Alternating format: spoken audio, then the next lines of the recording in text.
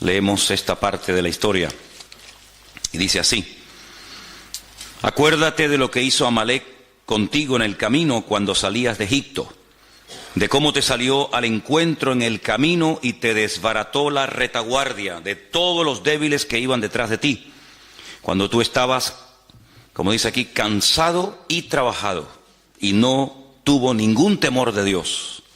Por tanto, cuando el Señor tu Dios te dé descanso de todos tus enemigos alrededor, en la tierra que el Señor tu Dios te da por heredad para que la poseas, borrarás la memoria de Amalec de debajo del cielo. No lo olvides.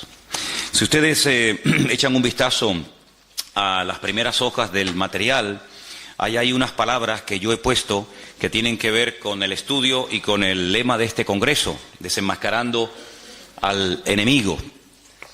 Y vamos a leerlas porque creo que es bueno saber la definición de las palabras que estamos o vamos a utilizar durante estos días. La palabra desenmascarar tiene varios significados. Primero es quitar la máscara o el antifaz de alguien. Creo que eso está claro, ¿no? Descubrir la verdadera manera de ser de alguien, dando a conocer los verdaderos propósitos, objetivos o sentimientos que intenta esconder. Ya es un poquito más extensa y más profunda la definición de desenmascarar. Tercero, desenmascarar es también descubrir la esencia o la identidad de algo o de alguien. En cuarto lugar, desenmascarar también es hacer pública la realidad oculta de una persona o cosa, la realidad que está oculta. Sinónimos de la palabra desenmascarar, pues descubrir, destapar, revelar, mostrar, denunciar, etc. Hemos dicho que lo que queremos es desenmascarar al enemigo. Entonces por eso pienso que es bueno también leer la definición de la palabra enemigo. Enemigo es alguien que se opone a algo o a alguien o es contrario a ellos. Persona que tiene mala voluntad a otra y le desea o hace mal. Eso se considera un enemigo. En tercer lugar, el enemigo es el contrario en la guerra. Es contra quien se pelea, no contra el amigo. Cuarto lugar, enemigo es la persona o grupo que se opone a otro, sea por sus ideas, pensamientos o actividades o por cualquier otro motivo. Sinónimos de la palabra enemigo: adversario, que también aparece en la Biblia, contrario, rival, contrincante, oponente, no está mal escrita, es oponente, etc. Hemos leído la palabra retaguardia. Hay que saber lo que estamos hablando. La retaguardia es la parte de un ejército o de una fuerza desplegada que avanza en la parte trasera o que se mantiene más alejada del enemigo. Retaguardia es también la zona más alejada del frente de toda zona ocupada por el enemigo. Sinónimos de retaguardia: detrás, posterior, cola, final, etc. Desbaratar significa deshacer o arruinar algo. Sinónimos de la palabra desbaratar: desordenar, dilapidar, desorganizar, desarreglar, etc. Vamos a tener en la mano o ahí al alcance la página que dice arriba Amalec y Amán. Esa es la primera que vamos a estar leyendo en esta mañana, ¿sí? Amalec y Amán. Partimos de la base que Amalec era un pueblo real que existía, que se había arraigado en la tierra de Canaán antes de que el pueblo de Israel viniera de la esclavitud de Egipto. Y Amalec, como vamos a ver en este día, fue el primer pueblo que se atrevió a atacar directamente al pueblo de Israel, pero utilizó una estrategia muy interesante y fue atacarle por la parte de atrás, por la retaguardia. No es el enemigo que se caracteriza por ir de frente, como podían ser otros enemigos de la Biblia, sino que es el enemigo que aprovecha la parte débil, a los cansados, a los enfermos, a los que no pueden ir al mismo ritmo de los demás. Esa es la forma como ataca Amalec, por la espalda, ¿no? Entonces vamos a leer algunas cositas que se dice aquí. Vamos a ir metiéndonos en el estudio de esta mañana. Amalec es esa nación que ha intentado destruir al pueblo de Israel a lo largo de su historia. En términos físicos, Amalek es una nación de individuos que odian a los judíos con un odio violento y mortal. Pero cualquier fenómeno físico tiene una raíz espiritual. Todo fenómeno físico no es más que una fuerza espiritual que se manifiesta en el mundo. Hemos dicho en más de una ocasión que lo natural, en muchas ocasiones, es un reflejo de lo espiritual. Cuando tú vas, por ejemplo, caminando y ves tu sombra en el suelo, la sombra no eres tú, la sombra es un reflejo de lo que tú realmente eres. Pero lo que vemos es la sombra, pero lo que vemos es un reflejo de lo que no se puede ver, ¿de acuerdo? Entonces, cuando ocurre algo en el mundo natural, el hombre que no tiene el Espíritu de Dios no puede interpretar, no puede leer, ni siquiera se percata de que detrás de ese fenómeno aparentemente normal, algo que ocurrió como producto de la casualidad o como una intervención de la naturaleza, pues él no sabe leer lo que está pasando, ¿no? Detrás de una situación, detrás de una guerra o detrás de cualquier situación. Sin embargo, queremos insistir en esto. Para nosotros los creyentes, los acontecimientos aparentemente normales y naturales de la vida tienen una lectura diferente, una lectura, digamos, también de tipo espiritual, porque lo natural es un reflejo de lo espiritual. Entonces, el apóstol Pablo, que era conocedor de esta gran verdad que estamos diciendo en esta mañana, cuando él escribe la primera carta a los hermanos de la iglesia de Corinto, les dice que cuanta cosa ocurrió en el Antiguo Testamento, desde que salieron de la tierra de Egipto hasta que llegaron a la tierra prometida, dice, todo aquello fue una especie de sombra, todo aquello es un ejemplo natural de lo que está ocurriendo en el mundo espiritual y sobre todo en el tiempo en el cual vivimos nosotros hoy en día. Los enemigos naturales que tuvo que enfrentarse Israel, como los amalecitas, los amorreos, los jebuseos, etcétera, pues simplemente son un ejemplo, un botón de muestra objetivo, visible, de esos enemigos espirituales con los cuales tendría que enfrentarse el pueblo de Dios a lo largo de la historia. El faraón es un tipo de Satanás. Moisés es un tipo de Cristo, el personaje, el instrumento que el Señor utiliza para liberar, para sacar de la esclavitud al pueblo de Israel. La tierra prometida es un ejemplo de nuestra nueva vida en Cristo, de cómo podemos disfrutar de una libertad, cómo podemos servir y conocer al Señor, etcétera, etcétera. Así que todo lo que vamos a estar viendo acerca de Amalek, si bien es cierto que ocurrió realmente y hubo un pueblo que existía que se llamó Amalek, Amalek es el tipo.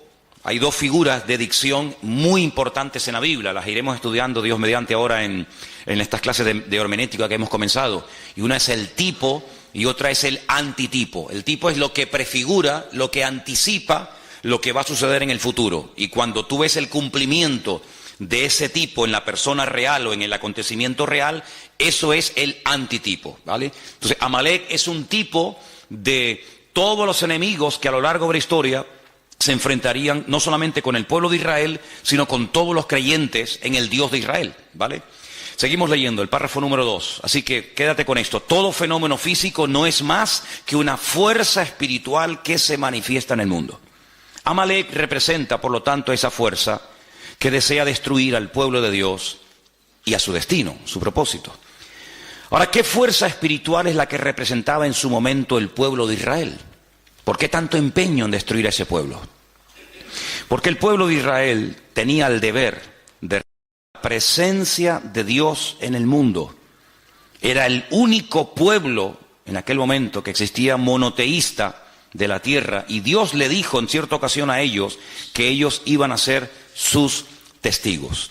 Todos los pueblos que en aquel tiempo existían, todos absolutamente, salvo el pueblo de Israel, eran politeístas. Hay una lista enorme en la Biblia de dioses que se adoraban en aquel tiempo: Quemos, Milcón, Moloc, Baal, Astarot, Astarte y tantos, ¿va? El único pueblo que tenía la creencia en un único Dios, creador del cielo, de la tierra y de todo lo visible, era el pueblo de Israel. Por lo tanto, si a un enemigo se le ocurría, como el caso de Amalek, atacar y destruir al pueblo de Israel, automáticamente la tierra quedaría sin testimonio. La tierra quedaría sin un botón, sin un punto de referencia de que había un Dios único y verdadero, que en aquel momento la obligación de Israel era proclamarlo y anunciarlo a los cuatro vientos sobre toda la faz de la tierra. Por lo tanto, cuando leemos, y lo hemos hecho en esta mañana, que Amalek realmente a quien ataca es al trono de Dios, pues uno puede darse cuenta de que el objetivo final de Amalek no solamente era destruir físicamente a una serie de personas llamadas en aquel tiempo el pueblo de Israel o judíos, sino que el objetivo de Amalek era que en la tierra no hubiera testimonio de que un día hubo un Dios que creó el cielo, la tierra, las naciones, los peces, al hombre, etcétera, etcétera, y por lo tanto es como si hubiera matado a Dios. La existencia de Dios queda borrada. No hay testimonio, no hay vestigio en la historia de que hay un Dios creador, porque el único pueblo que lo representaba y creía en él y le honraba y le servía era esta gente. Al desaparecer, al destruir a este pueblo, automáticamente ya a Dios no se le ve por ninguna parte. Entonces, por eso cuando leemos que Amalek se levanta contra el trono de Dios, la palabra, la expresión trono de Dios representa su soberanía, su dominio, su majestuosidad, su presencia, su existencia en el mundo. Eso es lo que significa el trono de Dios, ¿de acuerdo? Fijaros que, por ejemplo, antes de Amalek, Satanás, vamos a leer esas porciones también seguramente en esta mañana, Satanás, él lo que intenta es destronar a Dios. No solamente quitar a Dios de en medio, sino que no se hable de Dios, de su existencia, de su obra, y de esa manera, pues el mundo queda a la deriva, como un barco sin timón. No hay presencia de Dios, no hay testimonio de Dios, por lo tanto comamos y bebamos, que aquí no pasa nada. Ese es el objetivo de Amalek. Los testigos dan testimonio de aquello que no puede ser visto. Eso es un testigo, una persona que cuando algo ha ocurrido y ellos lo han podido ver, son llamados. Eso es fundamentalmente la función de un testigo. Si algo está presente o es evidente, son totalmente innecesarios los testigos. Esto es solo cuando la cosa o suceso no puede ser percibido directamente, entonces es cuando se llama a los testigos. ¿Usted estuvo allí? ¿Usted vio que él le atacó? ¿Y qué dijo? ¿Usted lo vio? ¿Y cómo fue? ¿Y cómo no fue? ¿Y cuántos eran? ¿Y a qué hora era más o menos? Eso es lo que hace un testigo. Si en lo que el testigo va a decir es evidente y es visible, la presencia de los testigos es totalmente innecesaria. Por lo tanto, como la presencia del Señor, la soberanía del Señor era un concepto abstracto, invisible, tenía que haber una presencia visible, en este caso era el pueblo de Israel, que diera testimonio de que cada vez que la gente levantaba la cabeza y veía un pájaro cruzar por el cielo, ese pájaro no salió de la nada, sino que detrás de ese pájaro hay un creador que lo diseñó, que lo formó y que ahí lo puso. Y detrás de esa estrella, y detrás del sol, y detrás de la luna, y cuando paseamos por el campo y vemos las flores y los animales, etcétera, etcétera, ellos eran los únicos testigos en aquel tiempo de todo esto. Por lo tanto, Amalek, su objetivo era borrar de la faz de la tierra todo vestigio y presencia de Dios. Por lo tanto, de la misma manera, la presencia de Dios no era percibida directamente en el mundo. Por eso el pueblo de Israel, en aquel momento, era el testigo que tenía la tarea de dar testimonio de que detrás de las bambalinas se hallaba la presencia del Señor. Si ellos callaban, automáticamente Dios quedaba mudo en el mundo. Digamos en cierto sentido que Israel en aquel momento era la boca de Dios, era el testigo de Dios que podía decirle al mundo que detrás de la creación había un creador y un diseñador.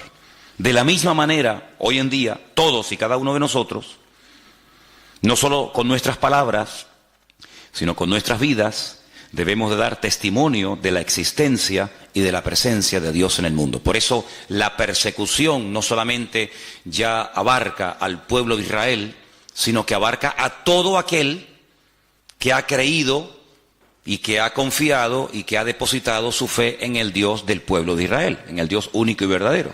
Por eso no solamente Amalek ataca y sigue atacando al pueblo de Israel, sino que también ataca a todo el conjunto del pueblo de Dios, y ahí lógicamente entramos tú y yo.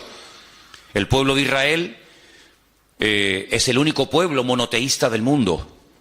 Es el único pueblo que va de un extremo a otro. O cree en el Dios único y verdadero, el Dios de Abraham, de Isaac y de Jacob, o no creen en nadie.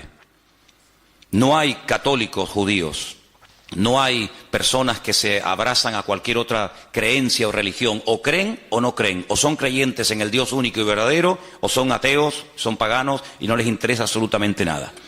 Por eso es un pueblo que en Medio Oriente, es el único pueblo en el Medio Oriente, rodeado de más de 200 millones de árabes, de musulmanes, que da testimonio de que el Dios que se adora en ese pequeño país, en ese pequeño territorio, es un Dios diferente. No es Alá, no es Mahoma, no es el Corán, sino es el Dios de siempre, y por eso una guerra constante y permanente contra ese pueblo que está marcando allí una diferencia. Si el pueblo de Israel fueran todos musulmanes, si el pueblo de Israel, en vez de adorar al Dios de Abraham, de Isaac y de Jacob, adoraran a Alá y creyeran en Mahoma y tuvieran el Corán, automáticamente se acabaría el conflicto. Pero, como no es así, es una piedra en el zapato. Es un pueblo que va en contra de la norma establecida de la zona, y por lo tanto el enemigo no quiere que en un territorio donde él ha hecho lo que le ha dado la gana durante generaciones y generaciones, haya un pueblo, por así decirlo, que le lleve la contraria. Pero ahora no solamente existe ese pueblo, ahora no solamente hay esa gente allí, sino que ahora hay por toda la faz de la tierra, por los 5 continentes de la tierra, hay diseminado más de 1.000 millones de personas que creen también en el Dios de los judíos, o en el Dios que vino a través del pueblo de Israel. Por lo tanto, la guerra es contra todo creyente verdadero en el Dios único y verdadero que es nuestro Dios. Amén. Seguimos. Amalek. Mientras leemos, ustedes pueden ir pensando de quién más o menos podemos estar hablando. Y Amalek está dispuesto a sacrificarse a fin de destruir completamente cualquier evidencia de la presencia de Dios en el mundo.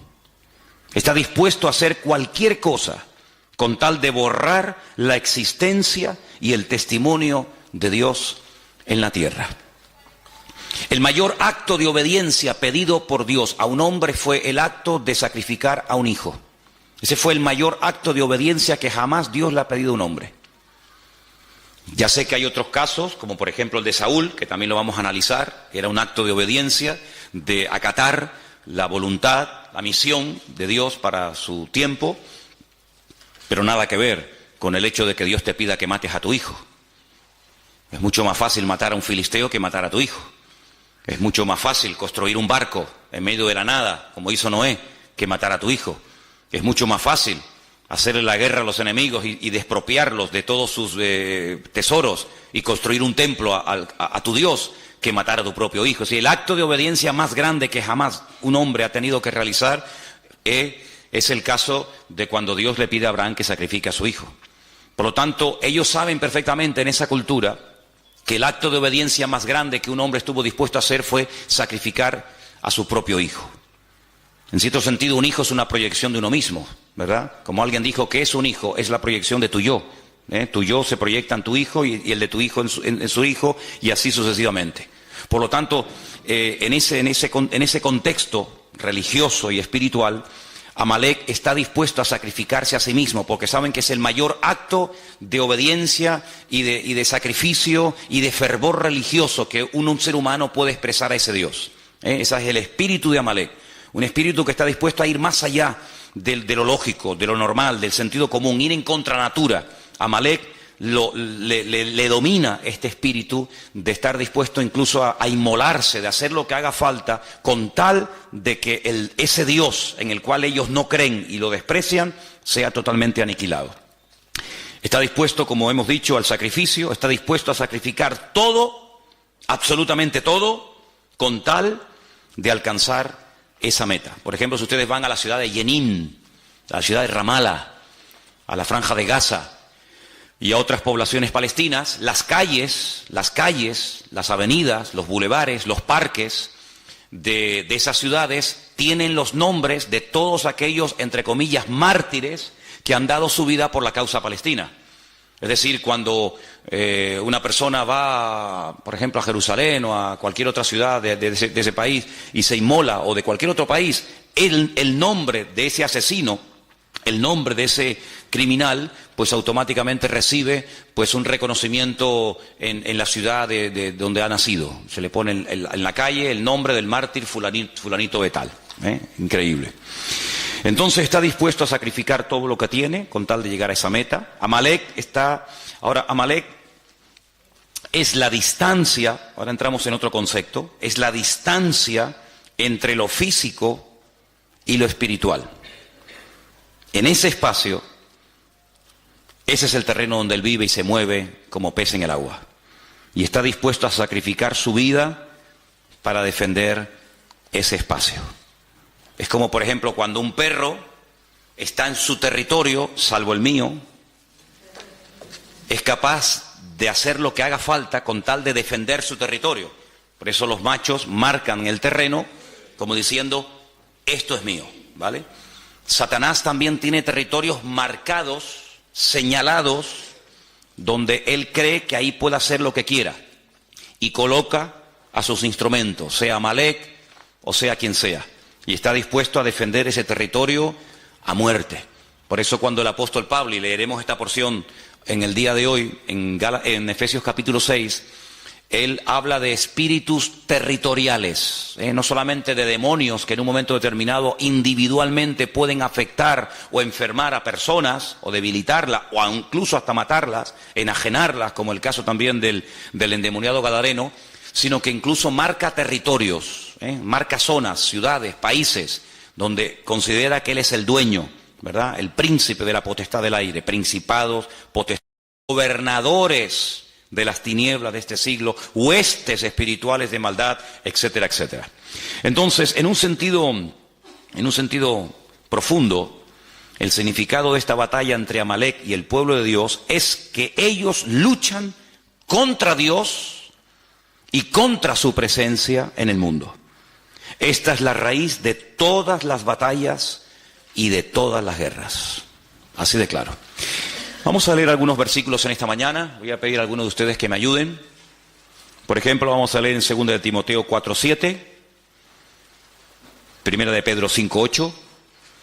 Entonces, leamos esos dos versículos antes de seguir adelante en esta mañana. Repito, 2 de Pedro 4:7, perdón, 2 de Timoteo 4:7 y también 1 de Pedro 5:8. ¿Quién tiene Timoteo? ¿Sí? Vamos. He peleado la buena batalla, he acabado la carrera, he guardado la fe.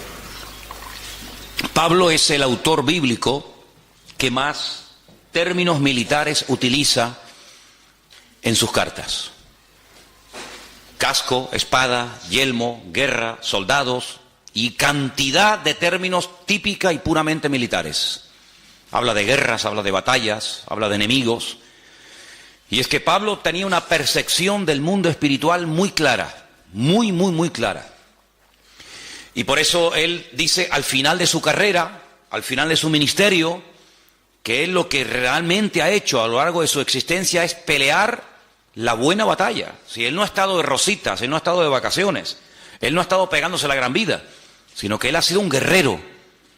Él llegó incluso a decir, yo traigo en mi propio cuerpo, físicamente hablando, marcas de las pedradas, del martirio, de los zarpazos de los leones, de lanzas, en fin, de tantas y tantas cosas. Porque Pablo compara la batalla espiritual del creyente con una auténtica guerra. Y el campo de batalla nuestro hoy en día es el mundo. Y por eso el apóstol Pablo, cuando describe la realidad de la vida cristiana, la describe como una persona que está continuamente en guerra, como un soldado, y por eso utiliza los términos que acabo de mencionar, ¿no? El apóstol Pedro habla acerca de que tenemos todos un enemigo en común. Y ese enemigo lo compara a un animal. ¿Quién tiene, por favor, según 1 de Pedro 5:8, Sonia? Dice, sed sobrios y velad, porque vuestro adversario el diablo, como león rugiente, anda alrededor buscando a quien devorar. Vuestro adversario es una realidad. Continuamente está dando vueltas y vueltas y vueltas, tratando de buscar a alguien y devorarlo, matarlo, destruirlo. No es que le va a hacer una caricia, no es que le va a venir a asustar, sino devorarlo, destruirlo completamente.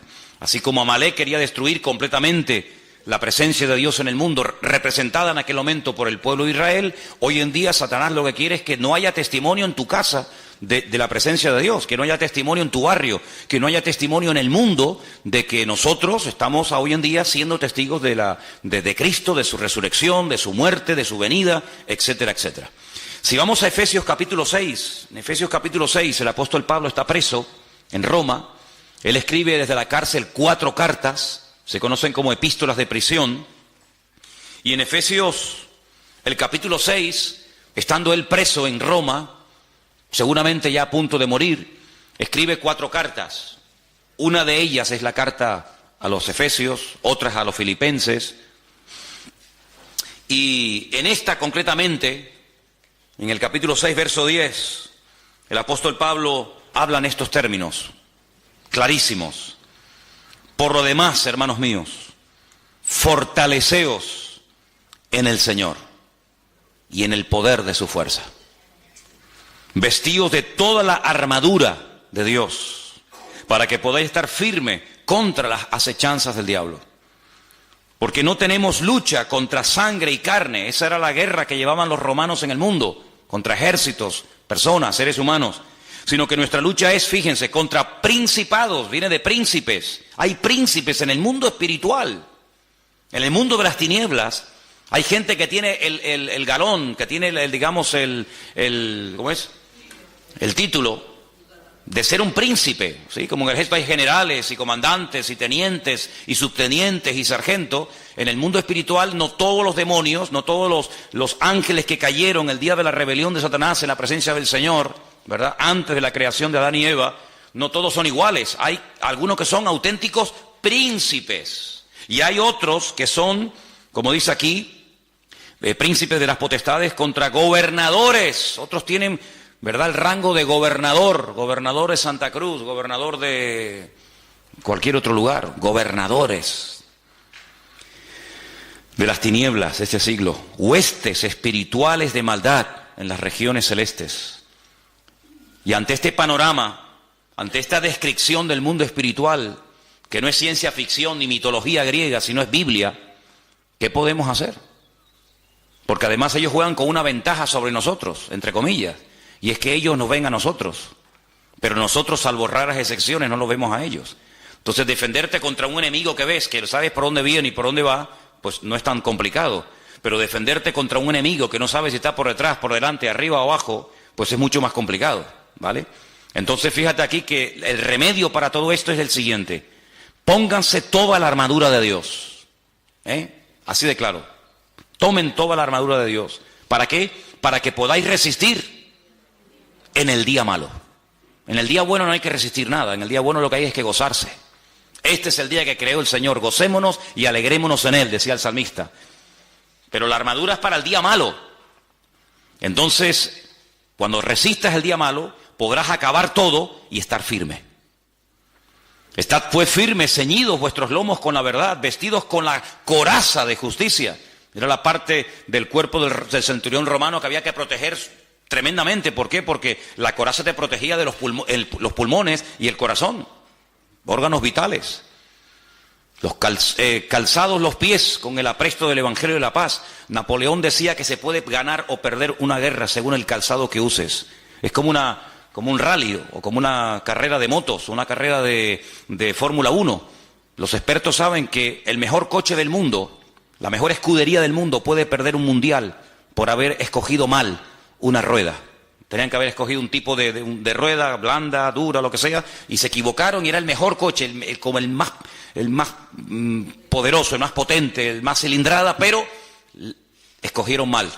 Entonces Napoleón decía que tenían que cuidar sumamente el calzado de los soldados romanos, en este caso de los soldados franceses, porque sabía que una guerra se puede perder con un mal calzado. Y el Señor dice que el mejor calzado que podemos utilizar es el apresto del Evangelio.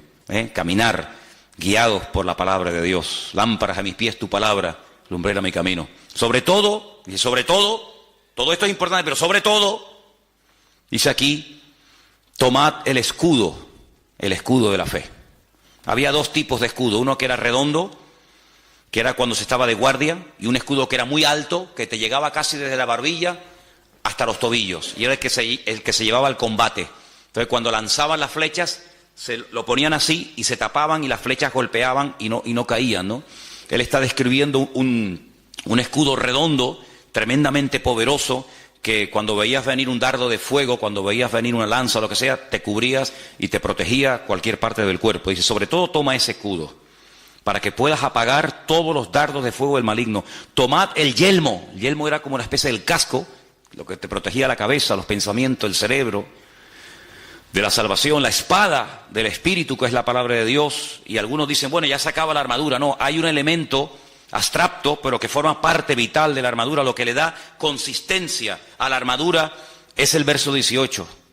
Lo que hace que la armadura no se caiga ni te quede grande es lo que dice el verso 18. Orando en todo tiempo, con toda oración y súplica en el Espíritu, velando en ello con toda perseverancia por todos los santos. Y Pablo era una persona muy preparada, muy competente, con un conocimiento alucinante del Señor, tanto teórico como práctico, pero él sabía que sin el respaldo de la oración no podía ir ni de aquí a la esquina, porque él llegó a decir que no tenemos que ignorar las maquinaciones del enemigo. Él fue el que dijo aquella frase que todos conocemos, ¿no? Que Satanás es capaz de incluso hasta de disfrazarse y te hace creer que te estás entrevistando o te está trayendo un mensaje, un ángel de luz, un ángel del Señor, y resulta que te está hablando un demonio, ni te enteras. Entonces Pablo dice, hay que orar para que el Señor nos dé discernimiento y para que no nos dejemos seducir ni arrastrar por sus mentiras y por sus engaños, ¿verdad? Así que toda esta guerra espiritual que Pablo describe la podemos ver en lo físico y lo podemos ver en lo natural, sobre todo en este enemigo terrible que es el pueblo de Amalek. Sigamos leyendo la segunda página. Dice que Amalek significa tinieblas y el florecimiento del mal. Ahí es donde Amalek se mueve como pez en el agua, en la oscuridad, en la ignorancia, en las tinieblas. El fin de Amalek significa la destrucción del abismo, del distanciamiento entre Dios y el mundo, pero también la restauración de la cercanía que revela la presencia y la obra de Dios por medio de Cristo en el mundo. Mientras estemos en esta vida, estaremos en guerra. Mientras estemos vivos, tenemos que estar velando y orando, como se decía en esta mañana, porque no estamos aquí de paseo, sino estamos aquí para dar testimonio, estamos aquí para hacer luz, para marcar una diferencia, y Satanás va a hacer todo lo posible por evitar que nosotros cumplamos con nuestro objetivo. Ahora, volvamos a la porción de Éxodo en esta mañana, porque una de las cosas que tenemos que tener presente en nuestra vida cuando estudiamos un pasaje es ver de dónde viene esa historia, cuáles son los capítulos anteriores. Y vamos, por ejemplo, estamos en Éxodo, ¿verdad? Vamos al capítulo 15. En Éxodo capítulo 15,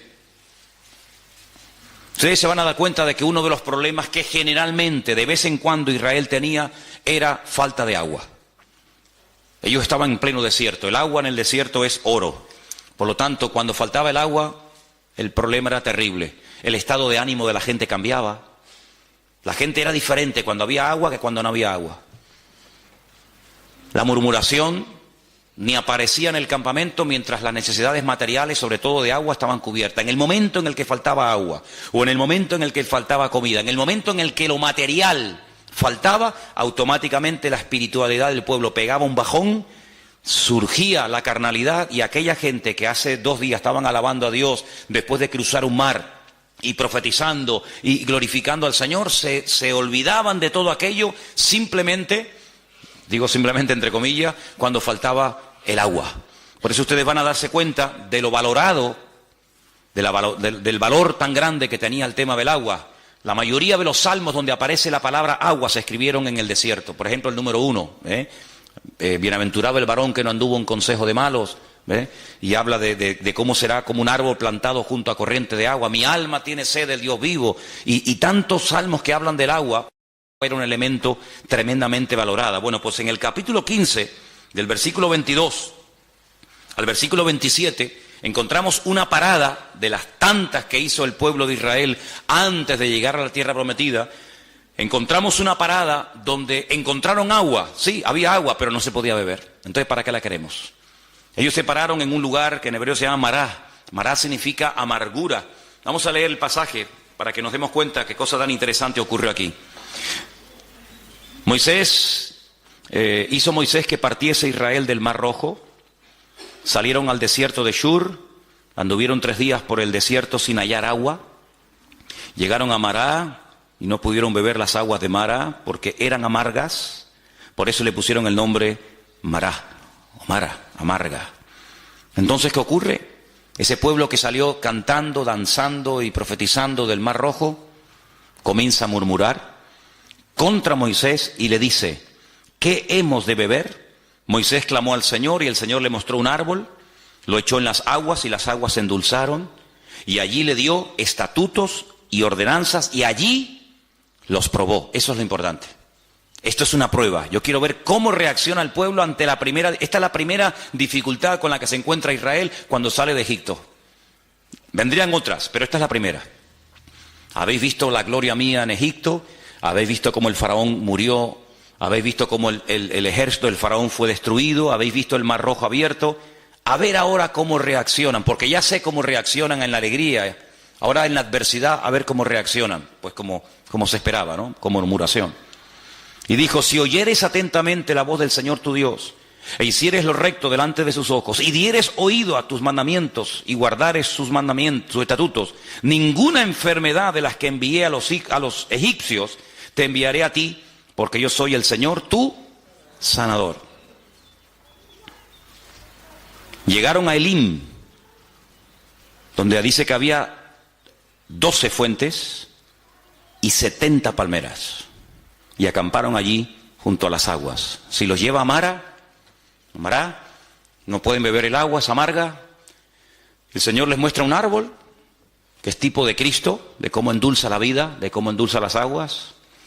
Allí los prueba, le da estatutos, le da leyes y dice: ok, ya veo cómo reaccionan cuando no tienen agua. Vamos a otra parada, los lleva a Elim, y en Elim dice que había, hasta el día de hoy, en Elim siguen habiendo las palmeras que menciona aquí, 70 palmeras y 12 fuentes de aguas. Dice la Biblia que Moisés llegó a tener 70 ancianos.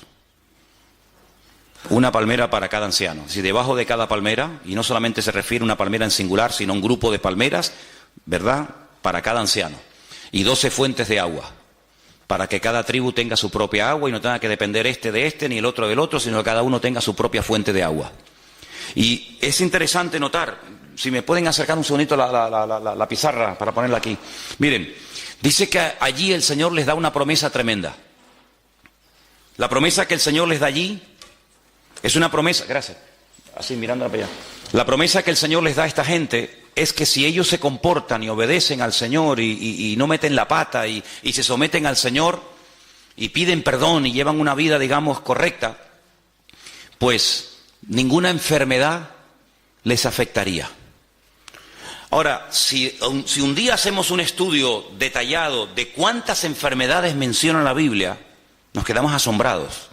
Porque incluso en los tiempos en los que el Señor le dio la palabra al pueblo de Israel, había enfermedades que no existían. Pero ellos podían activar una serie de enfermedades que no existían. Les dijo: si ustedes me obedecen, si ustedes se someten a mi palabra, si ustedes viven en sometimiento a mi palabra, a mis estatutos y a mis leyes, ninguna enfermedad de las que mandé a los egipcios se la mandaría a ustedes. Pero si ustedes no me obedecen, y comienza a mencionar enfermedades que hasta ese momento ni existían en el mundo.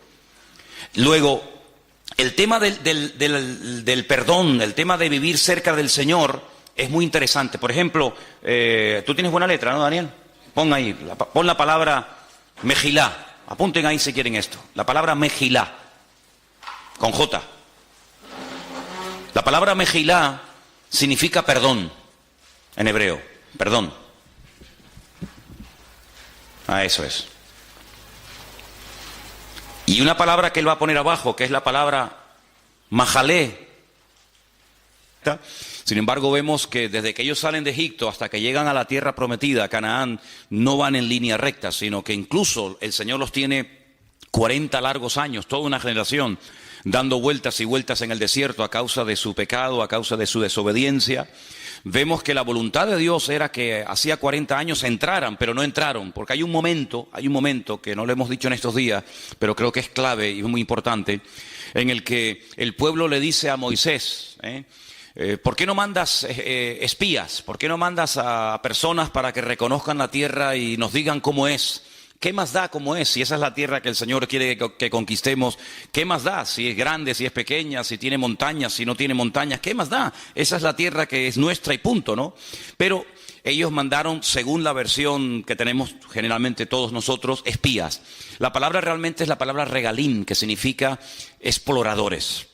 Hay una gran diferencia, ya lo dijimos en su momento, hay una gran diferencia entre un espía y un explorador. El espía entra camufladamente, no quiere que nadie lo vea, quiere pasar desapercibido, va a espiar, va a observar cuáles son los puntos débiles del enemigo y luego informar a sus tropas para saber cómo atacar. El explorador va a cara descubierta, el explorador no importa que lo observen, el explorador va como una especie de turista, ¿verdad?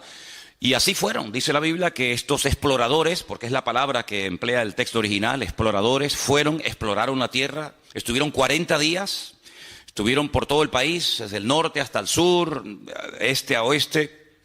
Y entonces cuando ellos regresan, el pueblo está expectante, diciendo, bueno, a ver, ¿cómo es? ¿Cómo es esa tierra? ¿Cómo es el país?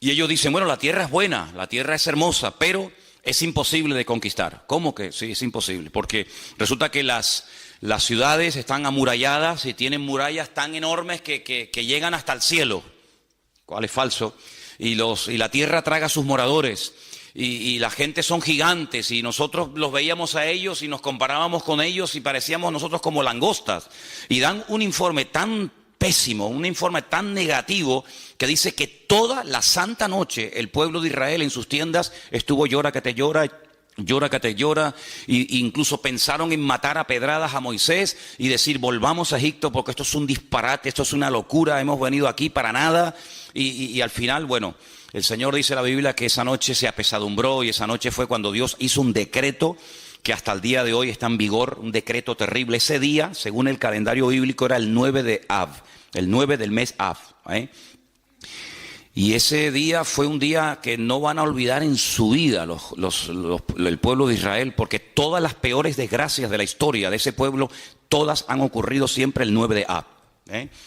El día que los reyes católicos en España firmaron el decreto de expulsión de los judíos, curiosamente, ¿no? Aunque vemos en el libro de Esther que no hay casualidades, fue el día 9 de Ab.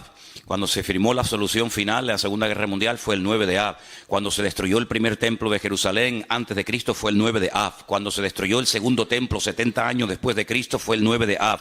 Y podríamos dar una lista de 100 y pico acontecimientos terribles para que ellos recordaran toda su vida que llorasteis sin motivo. Yo les voy a dar ahora motivos para que lloren ahora por desgracias que ustedes mismos han provocado, ¿no?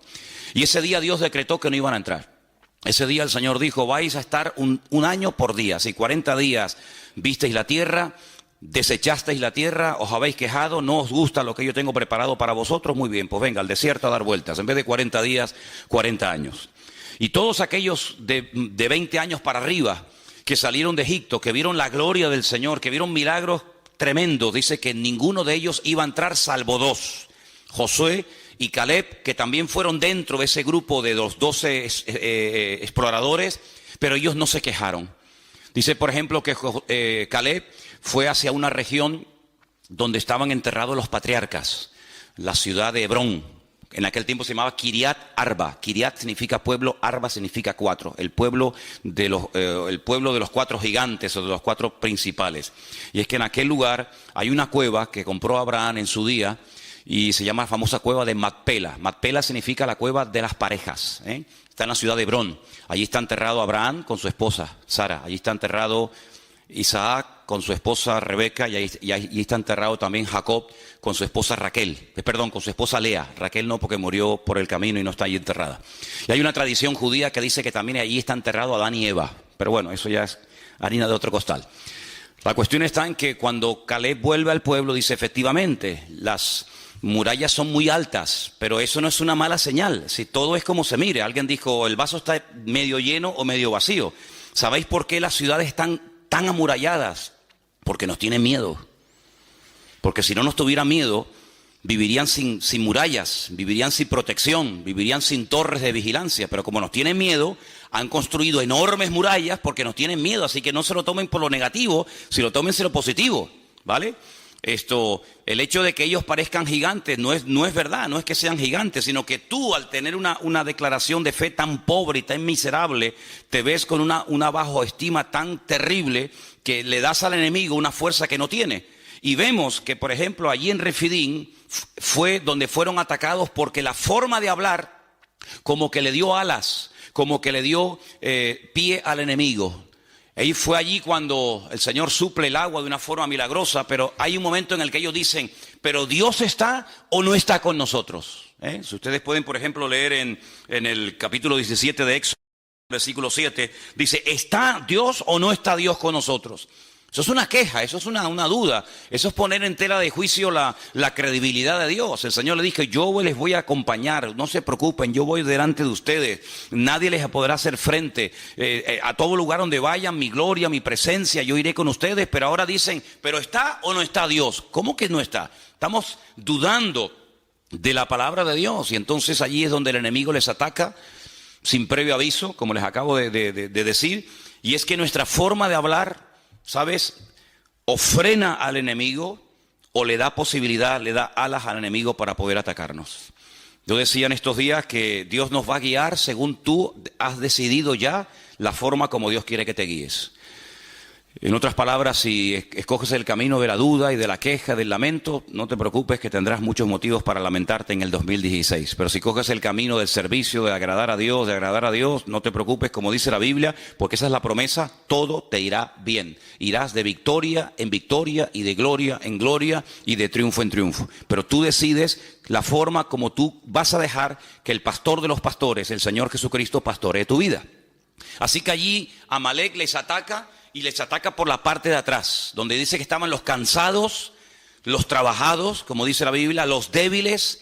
Y hay una traducción, una posible traducción que también se le podía haber dado a estos dos términos hebreos, y es a los que tenían miedo del futuro. Y tal vez dice, bueno, yo no estoy cansado, yo no estoy trabajado, yo no estoy extenuado, yo no estoy asfixiado, pero tengo ciertos temores. ¿Conseguiré trabajo? ¿No conseguiré trabajo? ¿Saldré de la crisis? ¿No saldremos de la crisis? ¿Qué pasará con el futuro de España? Esa actitud es una actitud que le da alas al enemigo, porque el pueblo de Dios tiene que hablar en fe y vivir en fe. Y hasta que no cambiemos nuestra forma de hablar, no vamos a poder cambiar nuestra forma de vivir. Y hasta que no cambiemos nuestra forma de vivir, no vamos a poder ver cosas grandes y maravillosas en nuestra vida. Albert Einstein dijo en cierta ocasión algo tremendo, y él dijo, si estamos continuamente haciendo lo mismo, no vamos a poder ver cambios y cosas diferentes. Si seguimos hablando igual, orando igual, creyendo igual, comportándonos igual, no vamos a ver cosas diferentes en nuestra vida. Por lo tanto, nuestra forma de hablar es un imán que atrae la bendición de Dios o que la aleja y que la espanta. Entonces, aquellos espías, aquellos exploradores, cuando volvieron, dijeron, sí, la tierra es buena, la tierra es maravillosa, pero vamos a ver, ¿es buena o no es buena? ¿Es la tierra que el Señor nos ha dado o no es la tierra que el Señor nos ha dado? Fíjate que dice que entre dos hombres, eso es algo increíble, pero es real. Entre dos personas tuvieron que ayudarse el uno al otro para poder traer un racimo de uvas. ¿Y cuánto pesaba cada uva? Serían así como se las coge Trotsky y las revienta todas, ¿no? Dos hombres para coger un racimo de uvas. Muchachos, pero con cada uva hacías así, y te hacías un litro ahí de zumo, ¿no? Algo increíble. Y se dieron cuenta de que la tierra era impresionante, la tierra era rica, era fértil. Pero había condiciones que ellos tenían que tener en cuenta. El Señor les dijo, mira, cuando ustedes vivían en Egipto, el agua nunca faltaba. Porque tenían el río Nilo, que por cierto dice la Biblia que en los últimos tiempos se secará. La lengua de Egipto se secará. Dice, pero a la tierra a la que yo voy, a la tierra a la que ustedes van y yo les envío, es una tierra que les mandará en su momento la lluvia temprana y la lluvia tardía en base a la forma como ustedes vivan y en base a la forma como ustedes hablen. Si ustedes hablan mal, si ustedes se quejan, si ustedes se apartan de mis caminos, si ustedes se enfrían, si ustedes comienzan a adorar a otros dioses, olvídense, aquí no va a llover, aquí no hay río, aquí no es como Egipto, que movías una piedra y salía el agua por las tajeas, sino que aquí es una dependencia diaria y permanente de parte del Señor. Si hablan bien, si hay victoria, si hay bendición, la lluvia cae. Pero si ustedes, por la forma de hablar, pueden llegar a cerrar el cielo, y dice la Biblia, el cielo se volverá como si fuera de bronce. Y por eso dice la palabra que hasta para la lluvia tendría que depender de la forma de hablar. Y estamos viviendo en unos tiempos en los que es muy importante cómo hablamos y cómo actuamos y cómo vivimos y cómo reaccionamos, porque lo que no podemos hacer es reaccionar, pensar y hablar y vivir como actúa la gente del mundo. Nosotros vivimos en este mundo, pero no somos de este mundo. Nuestra mirada está puesta en un Dios poderoso, en unas promesas que son sí y amén en Cristo Jesús. Y no podemos bajo ningún concepto entrar en desánimo, en derrota, en murmuraciones y en quejas, porque eso le da alas al enemigo, y a quien tenemos que darle alas es a nuestro Dios. ¿Cuántos dicen amén? Así que en esta historia hay un momento en el que vemos que este conflicto es diferente. Este conflicto no es una guerra simplemente de 1000 contra 5000 o hombres contra hombres, sino que aquí hay un factor espiritual muy importante. Y vamos a leerlo en Éxodo capítulo 17 otra vez, por favor, a partir del versículo 8. Éxodo capítulo 17, hay un momento en el que Moisés dice: mira, yo voy a subir al monte a orar, y tú tienes que salir a pelear contra este enemigo en lo natural, y yo pelearé contra las fuerzas que lo ungen y que lo respaldan y lo apoyan en lo espiritual. Y dice la palabra que suba a lo alto de un monte. Vamos a leerlo. Entonces vino Amalek y peleó contra Israel en Refidim, versículo 8. Y dijo Moisés a Josué: escógenos varones y sal a pelear contra Amalek mañana, porque yo estaré sobre la cumbre del collado y la vara de Dios en mi mano.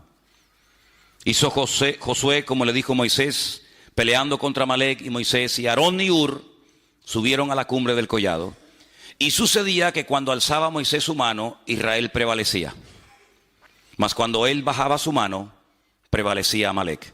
Las manos de Moisés, lógicamente, se cansaron, por lo que tomaron una piedra, la pusieron debajo de él, él se sentó sobre ella, y Aarón y Hur sostenían sus manos, el uno a un lado y el otro a otro. Y así hubo en sus manos, dice aquí, firmeza. El texto original dice hubo emuná, hubo fe. Hasta que se puso el sol. Dije el otro día que gracias a estos dos hombres, Aarón, que es muy conocido porque es el hermano carnal de Moisés, y gracias a Hur, Moisés tuvo firmeza, Moisés tuvo la capacidad, la constancia de poder tener sus manos levantadas por encima de su cabeza y ver una aplastante victoria sobre el enemigo. Pero ¿quién era este Hur? No lo dijimos, pero vamos a decirlo ahora. Hay varios versículos que quería compartir con ustedes. Seguimos en Éxodo, capítulo 24, verso 14. Éxodo 24, 14. No sé si hay algún hermano que por ahí tenga su Biblia a mano y lo quiera leer. Y también que otra persona tenga preparado el 31, versículo 2. Repito, Éxodo 24, 14. Y otra persona, Éxodo 31, 2. ¿Quién tiene el Éxodo 24?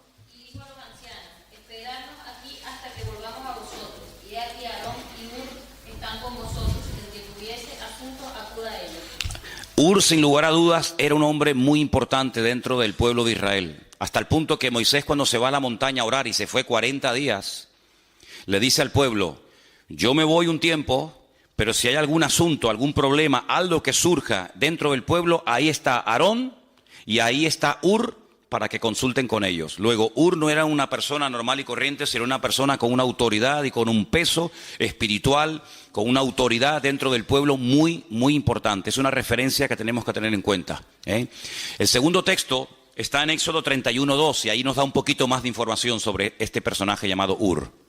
¿Quién lo tiene? Mira, yo he llamado por nombre a Besaleel, hijo de Uri, hijo de Hur, de la tribu de Judá. Ok, este hombre era de la tribu de Judá, y el nieto de Hur fue la persona que el Señor capacitó y usó para la construcción y el diseño del tabernáculo en el tiempo en el que el pueblo de Israel estaba peregrinando. Hay algunos comentarios que dicen, y la mayoría de ellos afirman que es así, que Hur era el esposo de Miriam o de María. Saben que eran 3 hermanos: Moisés, Aarón y Miriam o María, y el marido de María atribuyen que sea Hur, ¿vale? Hay otro texto más, y está en Primera de Crónicas 2, 18 y 19, y es el último texto referente a Hur que vamos a leer. Primera de Crónicas 2, 18 y 19. ¿Los están poniendo ahí? Qué bueno. Es que no tengo ojo por la espalda de momento. A ver, ¿quién los tiene, por favor? O si lo queréis leer ahí directamente.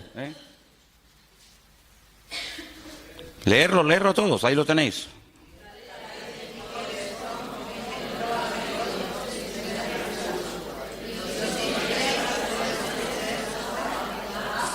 Pasa al siguiente.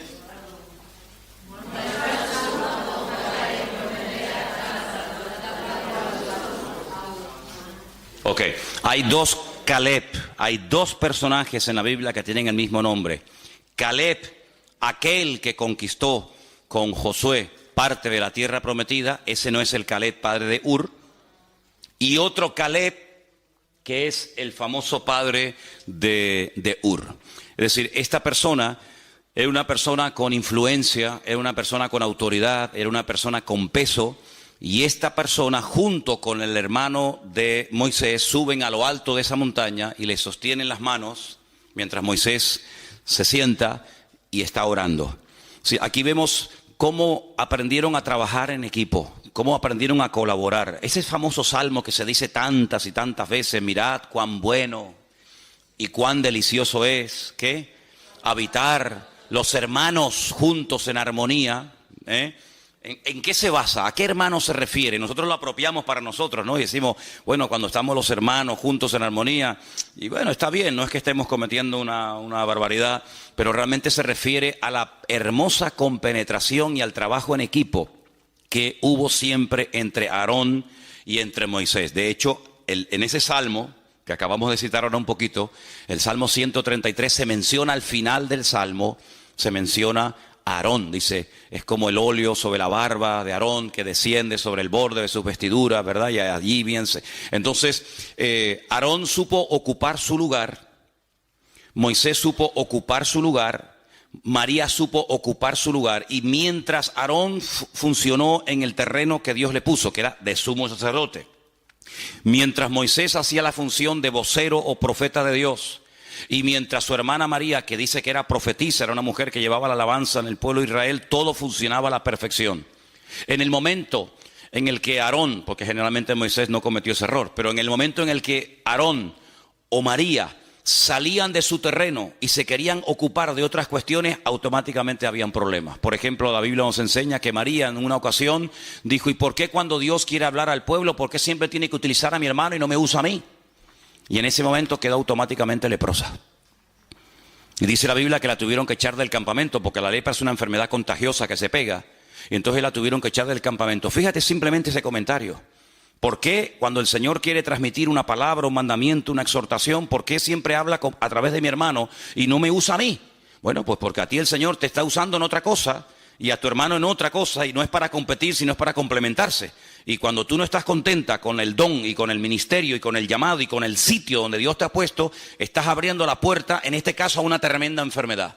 Por eso en estos días, bueno, esto que has dicho de las enfermedades, de los distintos miembros del cuerpo, bueno, yo dije que hay enfermedades, como dice por ejemplo Proverbios, que trae dolencias a los huesos, pero muchas enfermedades de la piel, muchas enfermedades cutáneas, cuando tú vas a los libros del Antiguo Testamento, son producidas por una incorrecta forma de hablar, ¿vale? Entonces vimos cómo la palabra perdón y la palabra enfermedad en hebreo es la misma, aunque se pronuncia un poquito diferente, porque hay una relación entre algunas enfermedades y una falta de perdón o una mala actitud o una forma incorrecta de hablar, ¿verdad? Cuando Aarón no está contento con su posición como sumo sacerdote y en vez de él ejercer su función le da demasiado libertinaje y demasiada rienda suelta a sus hijos, se produce un caos y un desastre en el campamento, hasta el punto que la Biblia dice que se tiene que abrir la tierra y tragar, y murieron sus hijos, y el Señor le dijo: y dile a Aarón que no llore por la muerte de sus hijos, y le prohíbo ir al funeral y al entierro de sus hijos.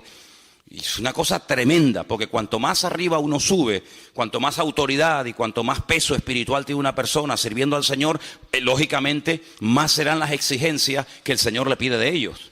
Yo siempre he dicho, no es lo mismo, y lo digo esto de verdad con todo respeto, ¿no? Es lo mismo que usted venga a la iglesia y se siente y se vaya y no pasa nada. No es lo mismo que un pastor, no es lo mismo que uno que está en alabanza, no es lo mismo que una maestra de escuela dominical. A esos hay que exigirle no mucho, sino todo. ¿Por qué? Porque tienen que ser ejemplo a la congregación. Una maestra de escuela dominical tiene que llegar primero que los alumnos. No van a llegar los niños primero que su maestra. Cuando hay un campamento de niños, los primeros que tienen que estar dando el callo, ¿quiénes son? Las maestras de la escuela dominical. Y si no, quédese usted en su casa o dedíquese a otra cosa. Pero las maestras de la escuela dominical tienen que ser las primeras. Y si usted no quiere ser la primera, usted no vale para maestra de escuela dominical, valdrá para otra cosa. Y yo como pastor, pero no me exija mucho, hermano. Yo un día vendré y otro día no. Imagínense. Oye, ¿quién va a predicar hoy? Bueno, tenía que predicar Manolo, el pastor, pero no va a venir porque dice que está un poco desanimado. ¿Cómo? No, que dice que le dolía la cabeza. Es que a mí no me puede doler nunca la cabeza. De hecho, yo empecé a predicar con dolor de cabeza, ya se me quitó. ¿Por qué? Porque el Señor, cuando usted quiere servir al Señor, el Señor dice, ¿tú me quieres servir? Ok, vente para acá. Pero también te voy a exigir más. Porque el viento donde pega más fuerte es arriba, en la copa del árbol y no en las raíces. Y allí donde el Señor pone a algunas personas, pero también la exigencia, lógicamente, será mayor. Entonces, Aarón entendió que su función no era la de profeta, sino la de sumo sacerdote. Y cuando lo entendió y ocupó su lugar, miren esos hermanos, qué armonía hay entre ellos. Cómo no va a haber bendición y vida eterna, y cómo no va a derramar el Señor su unción y su gracia cuando están los hermanos juntos en armonía. Pero cuando están juntos, pero separados y revueltos, se va la bendición de Dios. ¿Cuántos dicen amén? Entonces nosotros tenemos que partir de la base de que nuestra forma de hablar, y tienes que salir de este retiro con esto en la cabeza. Tú no puedes hablar de cualquier manera, porque la forma como tú a partir de hoy hablas o hables, eso va a marcar una diferencia en el mundo espiritual. Esta palabra prevalecía. Cuando Moisés levantaba la mano, el pueblo de Israel prevalecía, y cuando las bajaba, prevalecía Amalek sobre Israel. Es muy interesante. Porque en el último libro de la Biblia, que estamos estudiando en Santa Cruz últimamente otra vez, aparece la palabra prevalecer. Y fíjate qué interesante. Dice que cuando los santos oraban en la tierra, es decir, cuando se dirigían al Señor, cuando clamaban al Señor, los ángeles en el cielo prevalecían contra los demonios. Es decir, cuando la iglesia toma su posición de autoridad, cuando la iglesia emplea el poder de la lengua, pero no para dañarse, no para cuestionar, no para criticar o para murmurar o lamentarse, sino que emplea el poder, el instrumento de la voz, de las palabras, para dirigirlas al Señor, eso como que le da fuerza a los ángeles y le da fuerza en el mundo espiritual para que el enemigo lo podamos tener a raya.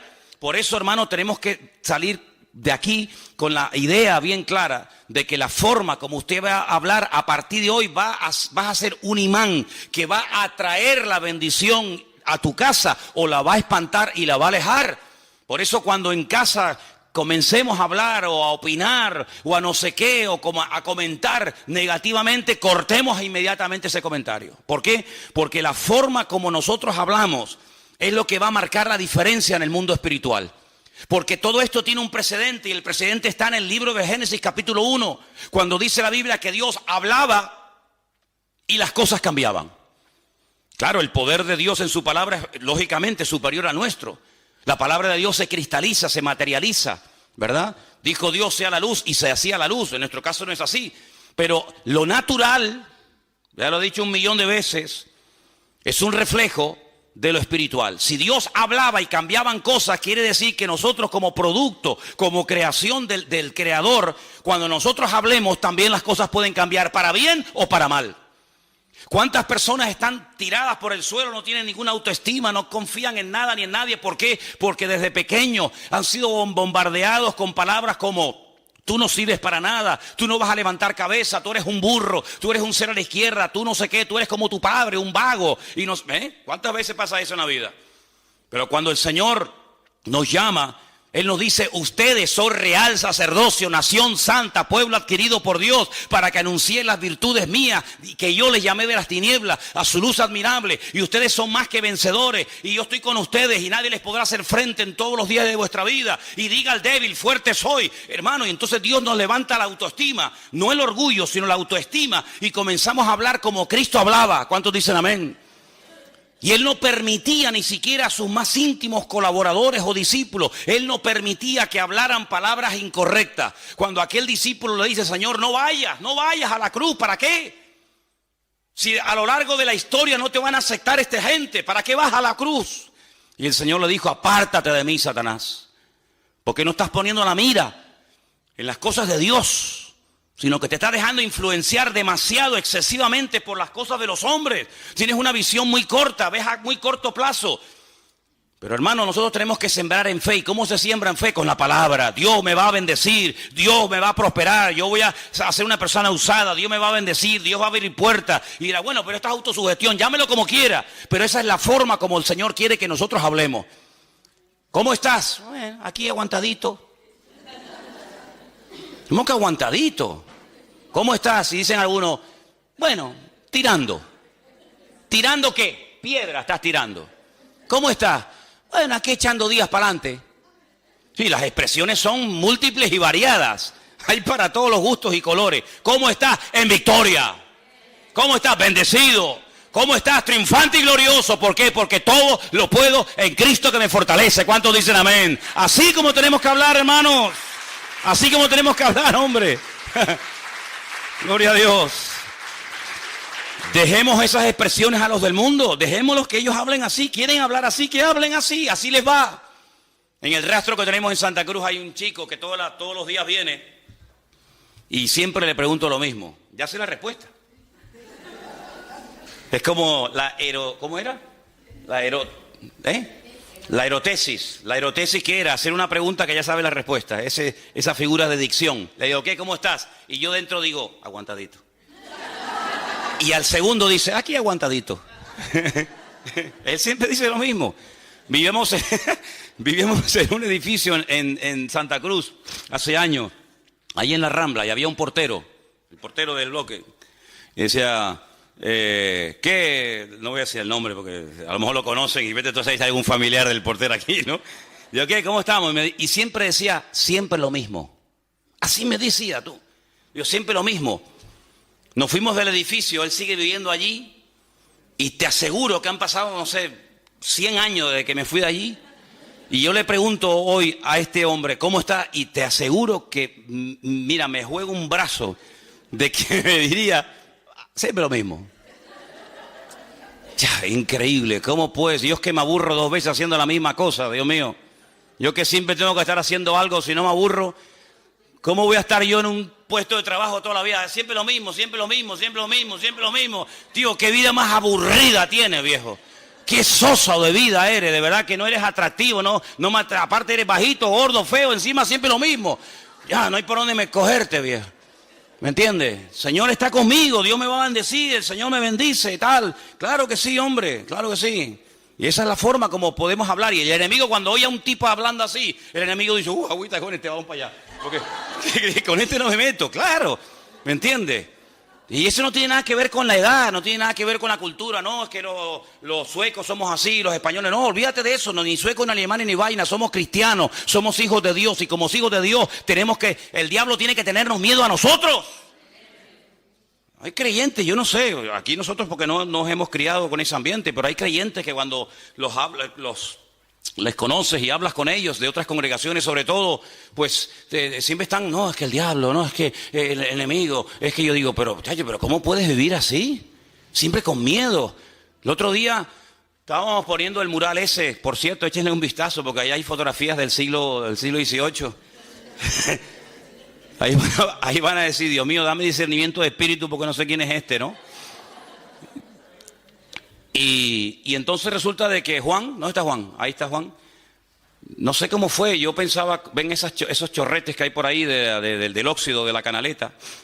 Pues dice, no, esto es de, ¿cómo me dijo? Del aceite o de no sé qué cosa. Digo, ¿cómo del aceite, Juan? Si esto es de la lluvia que cae arriba y está oxidada la canaleta, hay que cambiarla.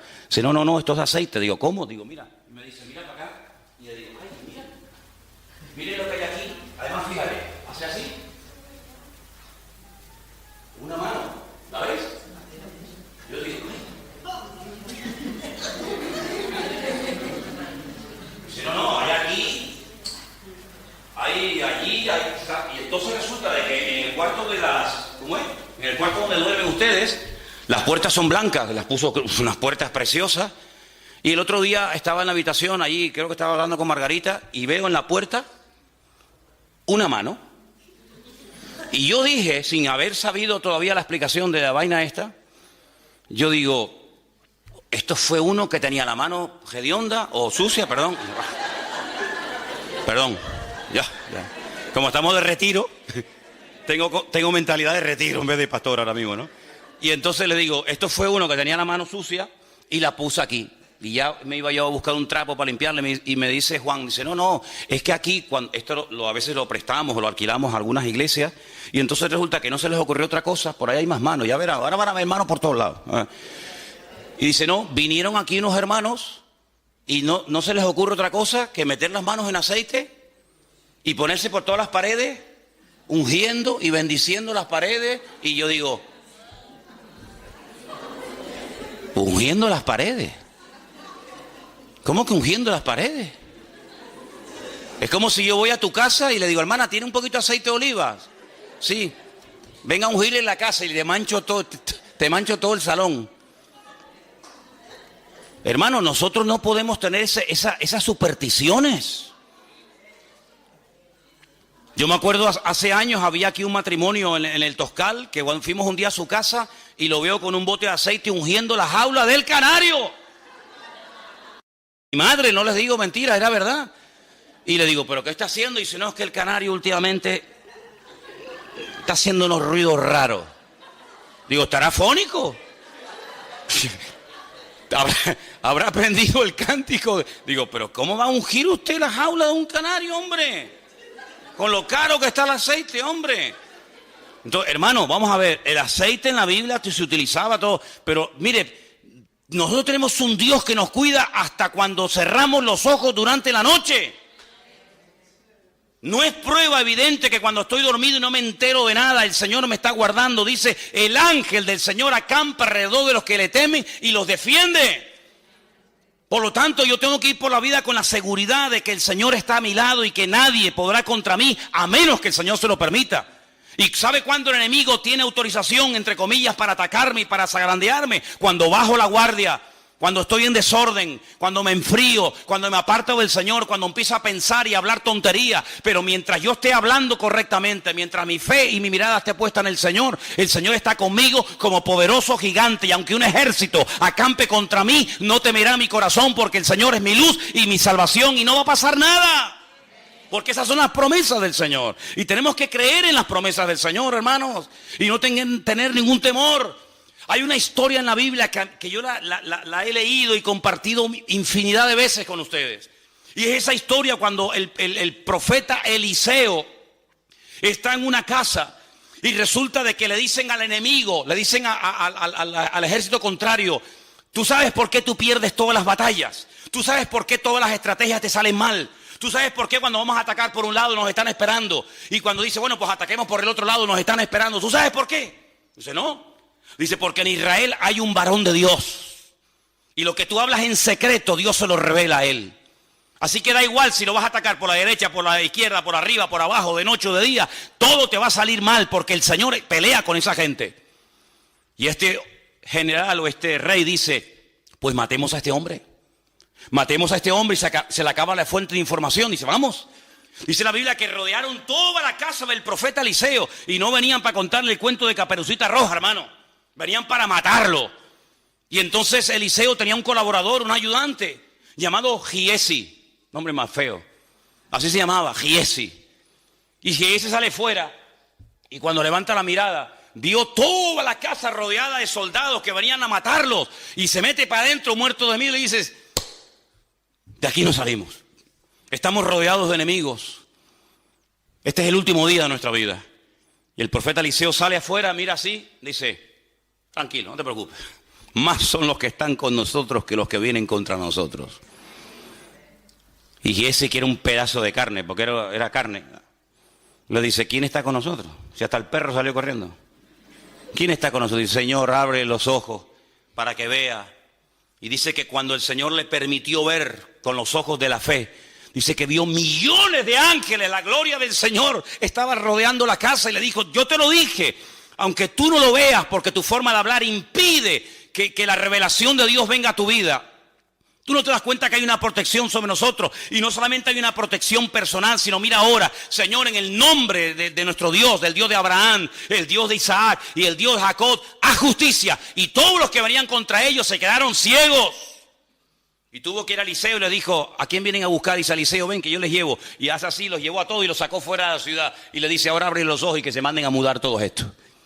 Ese es nuestro Dios, hermanos, un Dios que nos ha prometido siempre protegernos, sanarnos, bendecirnos, restaurarnos, ayudarnos. No hay nada que el Señor no pueda hacer en nuestra vida, pero necesita, entre comillas, que nosotros aprendamos a ocupar nuestro lugar y hablar adecuadamente. ¿Cuántos dicen amén?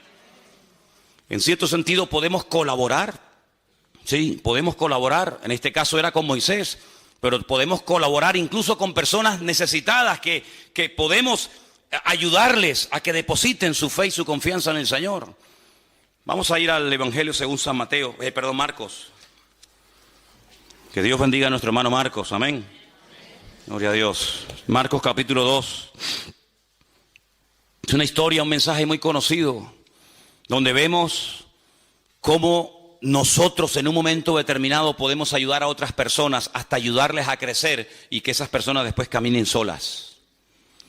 Marcos capítulo 2, versículo 1 dice que Jesús entró otra vez en Capernaum. La palabra Capernaum es Cafernaum. Cafer en hebreo significa